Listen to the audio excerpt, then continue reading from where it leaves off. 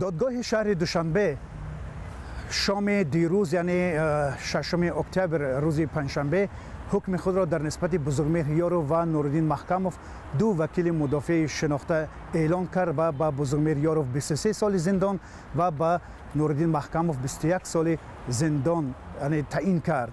این تقریبا در میانه های ماه سپتامبر ایبدار کننده دولتی در نسبت بزرگمهر یارو 25 سال طلب کرده بود و در نسبت نورالدین محکموف 23 سال زندان را طلب کرده بود.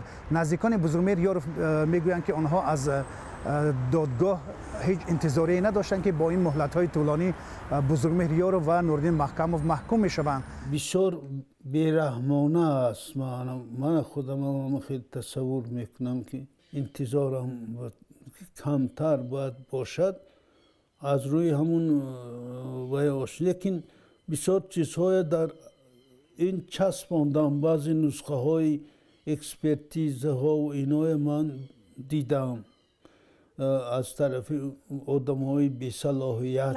بچه من 5 واره قانون میدونه تو میگوید حقای بچه من حقای ناحق سود کرده، ناحق عصازاده و تقدیر زاده کرده، ناحق سود کرده که سود دما رحم نکرد، دمادر پیر، پدر پیر در 5 تا فرزند ای وای قانون نبرآورد. با میگم من عدالت نامه کردم، عدالت نامه همین خیلی بود که تلخه کشیدن. تقریبا در 1 سال قبل در ماه سپتامبر بزرگمهر یارو بازداشت شده بود و همین طور پرونده در نسبت او باز شد و اینک ماه اکتبر سال 2016 حکم او اعلان کرده شد.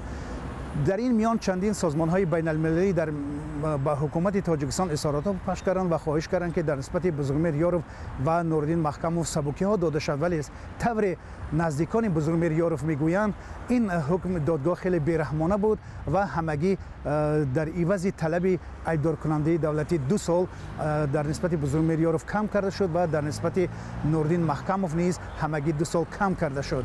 امروز وکیل مدافع بزرگمهر یارو عریضه کاساسیونی یا شکایتی بزرگمهر یارو را به دادگاه شهر دوشنبه پیشنهاد کرد و برای از نو دیدن و بررسی این پرونده خواهش نمود. ما از شکایت نرسیدیم.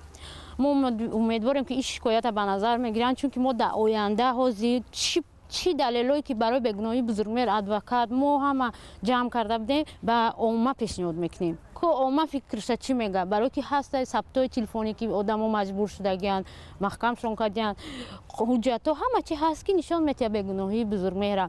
این شکایت هم اگر فایده نکنه ما با بزینه‌های بالایی با بیرونی به همه جا میبریم برای آزادی برادر ما تا آخر مبارزه میبریم.